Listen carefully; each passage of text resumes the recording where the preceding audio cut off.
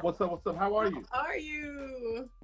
Yeah, good stuff, man. We finally got it together. I know. I thought you got caught up with Capitol Hill stuff. I was like, maybe he's trying to pull them jokers from the wall.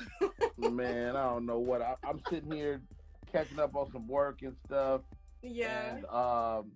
and half the time if I miss anything, I'm right there, and I'm Gotcha. just an idiot. How you doing? Your face No. beat? You see me? You see? I had to get cute. Very fly, very fly. How you doing, sis? Thank you. I'm good. I'm good. How are you? Awesome, awesome. Good. So I just wanted a little bit of your time. So first, I'm going to ask you a few questions, and then I want to play a game I'm afterwards. at your disposal. You let me know. Yay! Okay. So, where do I start? You have a catalog of movies and stand up and your own what do you call them? Oh God, the material that you sell online. Comedy albums, yeah. Yes, comedy albums. Yes, you have those. I've listened, of course. What I know that you love to do comedy, but out of everything, can you tell me how many years were you in entertainment period as a whole, and then for stand-up comedy? I mean, I was a comedian before I did anything else. First of all, Okay. and you know what? It's crazy. I never really do the math because when I started, all this was black. But Okay. so it's over 25 years, probably closer to 30. Ooh, okay. So, Because I was legitimately doing comedy in high school. ooh, really? And it took me. So I believe you start entertainment a couple of different times. So it's when you first have the idea, you become that thing, and then years later, I really start actively pursuing it as a profession. You know what I mean? Like, Yes. you can want to be a doctor as a baby, but you're not a real doctor until you finish school. And Exactly. so comedy is the same way. Wow. Okay. And from that, you've created. Well, let me go back, because what I really want to talk about is you surviving having a stroke and understanding that your health is first and foremost important. What was it like trying to start all over again and get back to your normal self once? Because I've known people who have had strokes and still don't have abilities that they used to have. Right. And is it a mental thing? Is it physical? Like how much of perseverance and strength do you need to get back to yourself or feel like you're back to yourself? I think it's a little bit of both. I mean, there's definitely a real physicality to it. Mm-hmm. And if you think of a stroke, when you think of a heart attack happens to your heart. A stroke is a brain attack. So your brain is under attack, and you don't realize that your brain governs all your activity.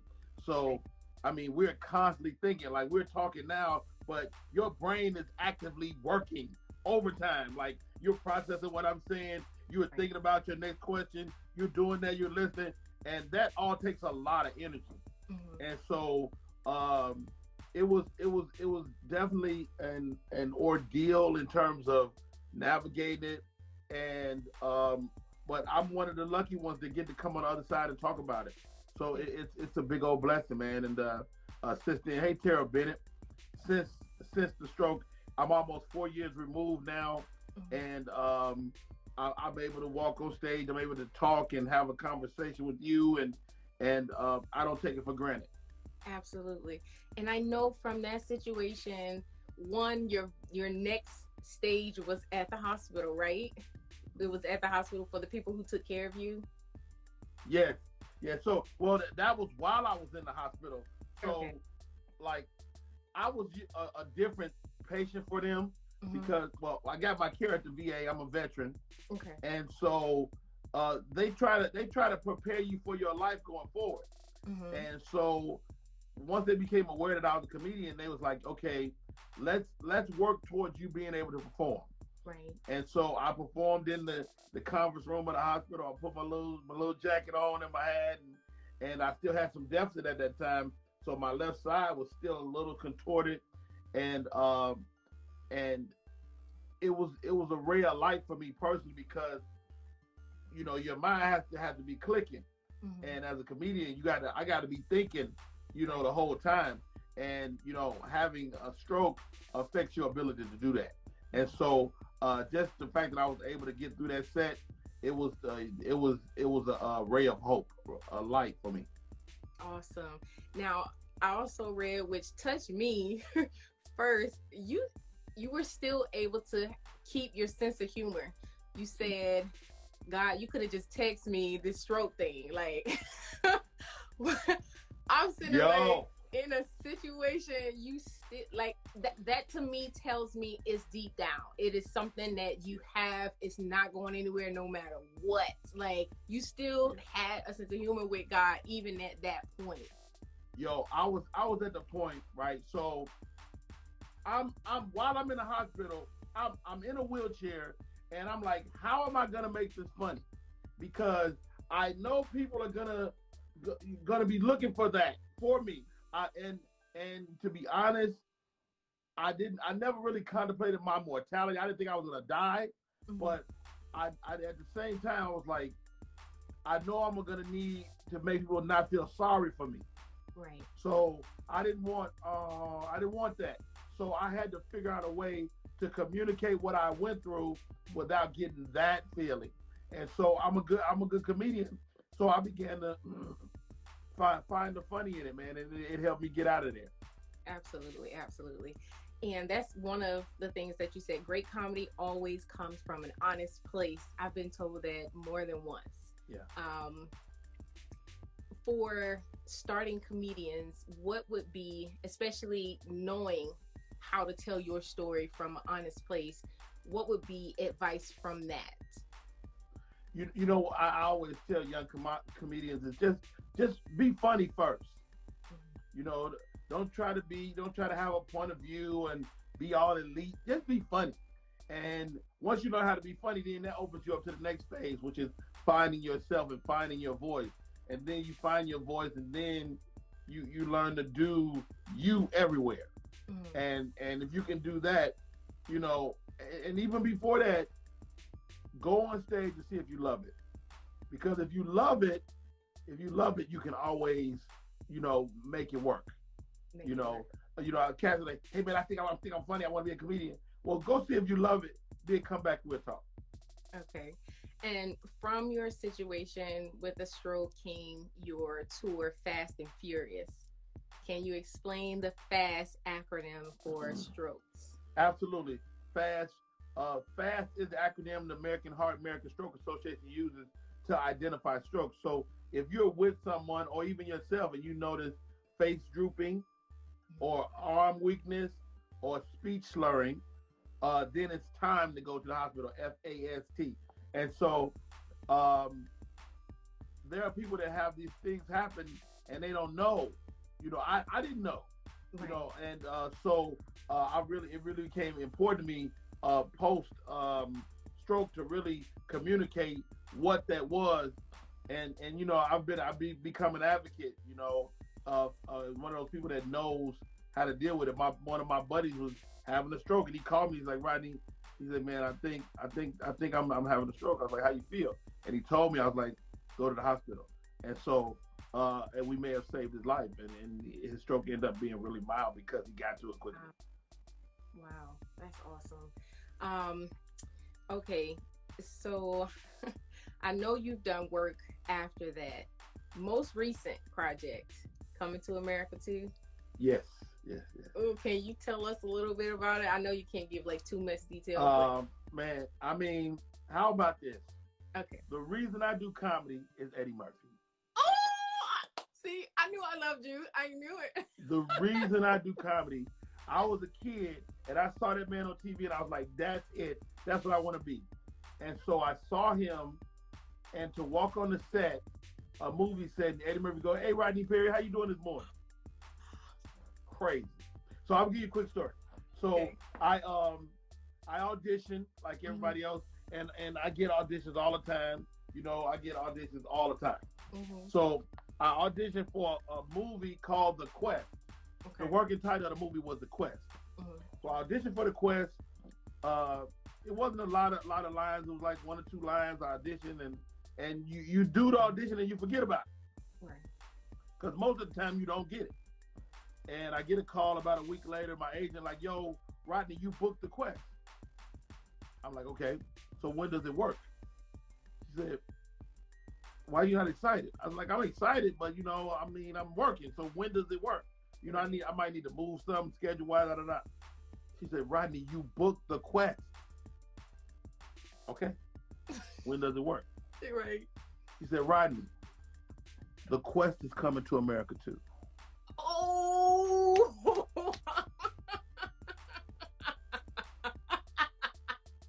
You did one of those. Crazy. So oh my God. Now I'm aware of it. I walk upstairs. Mm-hmm. My wife's in the kitchen. It's just me and her. And she said, what's wrong? I said, I just booked a movie. She's like, what movie? What is it? I said, it's coming to America too. She looked at me, I looked at her, and we just cried. We cried like a baby, And so I would say to everybody out there, if you're on your journey, your grind, God is going to give you some wins. You're going to get some wins.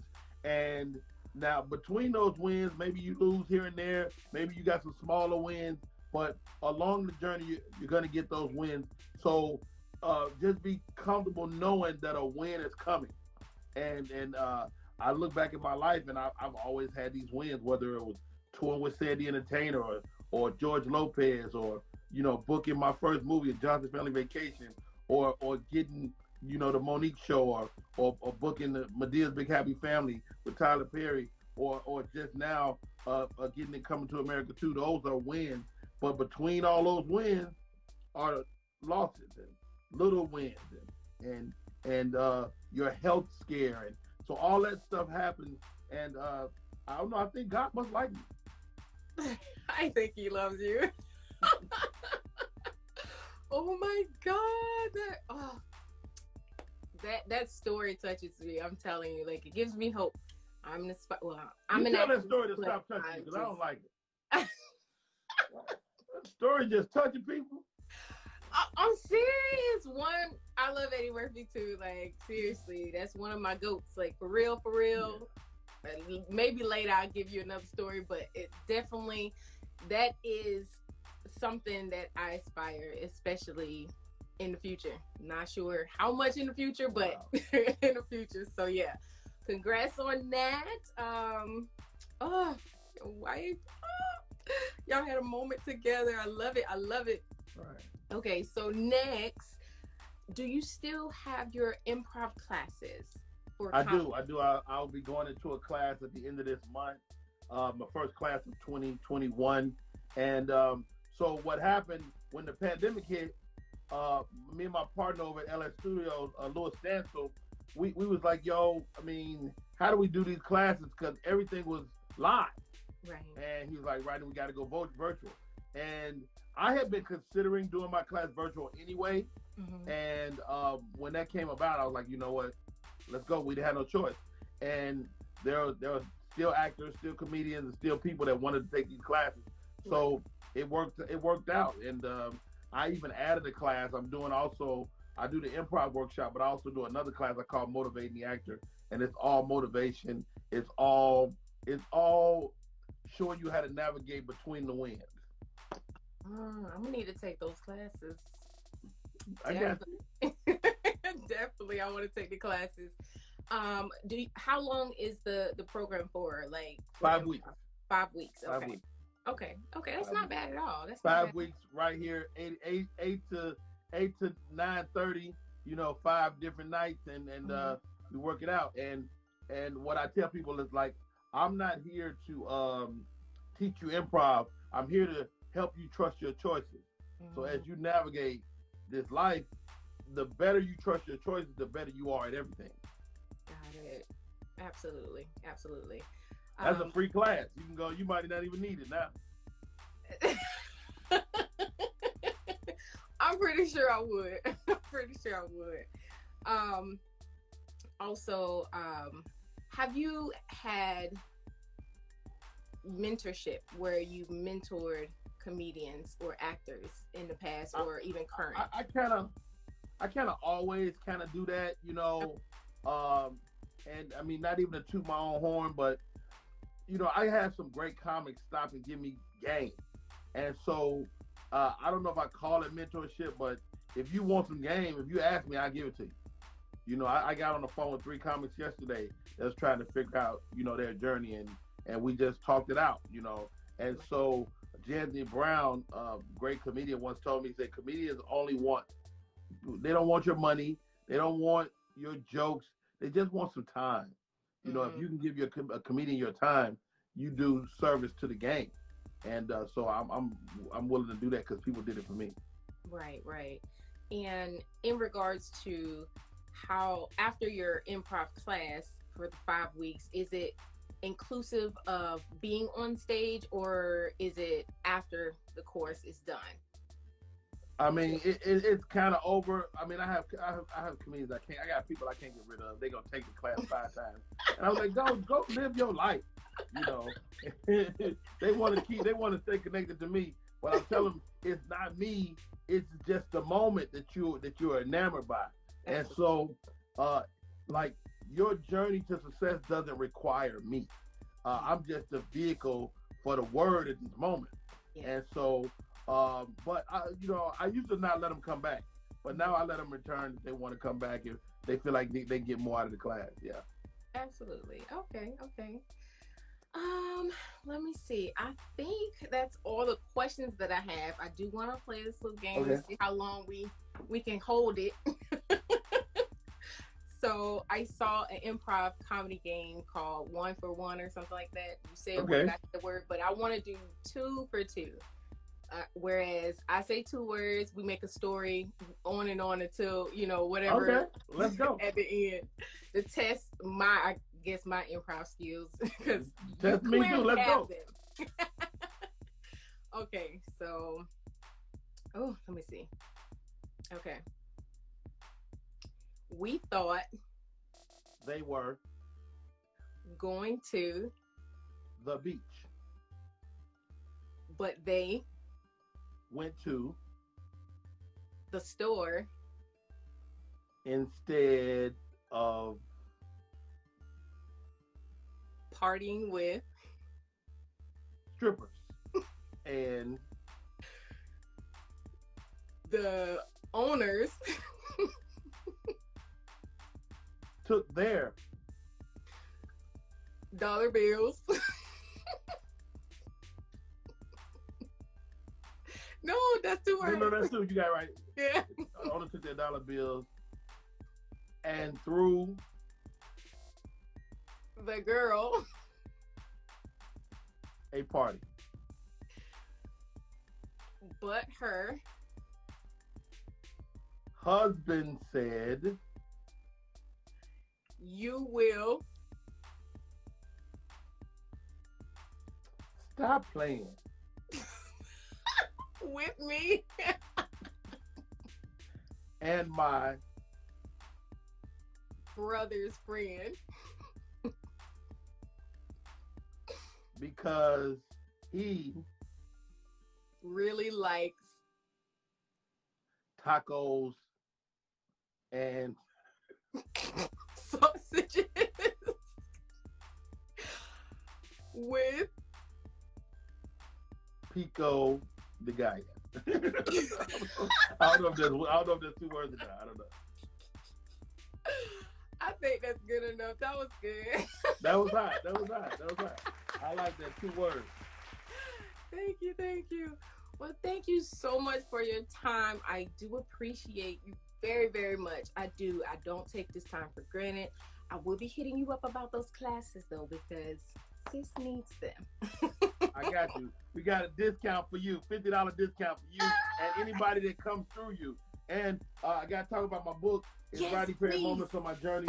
It is on the street, Barnes & Noble and Amazon. And I'm building my Facebook and my YouTube page. Please follow my YouTube page, man. What I'm learning from the young people, because not only do I mentor them, but they mentor me. And so they're like, Rodney, you got to beef up your social media. And so I'm looking to monetize my social media in the next 100 days. So please follow my YouTube. I post every day, something every day. And I got a show on YouTube and Facebook that I call Improv Live. So I got to get you to come on the show. Yeah. You come on the show and play some improv games with us. Absolutely. I love to do that. Absolutely. Yes. Yeah. And I have been seeing you do more shows on YouTube, like some of your productions that you've been posting. Yes, I have seen those. So everybody, please make sure you guys follow him on Facebook and YouTube. Subscribe. Don't just It's Rodney Perry Live on same as my Instagram. Rodney Perry Live on Facebook and YouTube. Yes. Also, do you have merchandise on your website? Only thing I'm selling right now is this book. It's the book. On Barnes & Noble and Amazon. It's Rodney Perry Moments on My Journey. If you want a signed copy, hit my DM and I'll get it out to you. I sure will. Yeah. Wow. Okay. There you go. So what happened to that jacket? Why is it toe up like that? This is how it's made. It's kind of That's like cute. hip. That's cute. I see what you're doing. It's kind of hip. It brings the attention to I'm trying to walk the straight and narrow. Don't take me down. Okay, let me see. There we go. Too late. I already got screenshots.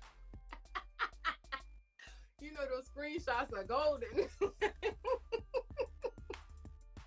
Well, thank you again for stopping by Lois Lane Radio. I promise you, when I have my studio, I will call you back. And once everything is safe, This is a studio. This is nice. my own, like the one I own. That's the goal. The goal is for me to have my own. So when I have my own, hey, if I'm watching this, I do not know where you at. As far as I'm concerned, you at your own studio. Yeah. Thank you. But yes, for sure. When everything is healthy and safe, for sure, I'm gonna hit you back up. But I will need the book, I will need classes, and the invite for the improv. So yeah. We'll talk soon. Thank you for reaching out, sis. Absolutely. Thank you. Wow. Great interview. Awesome. Thank you. Thank you.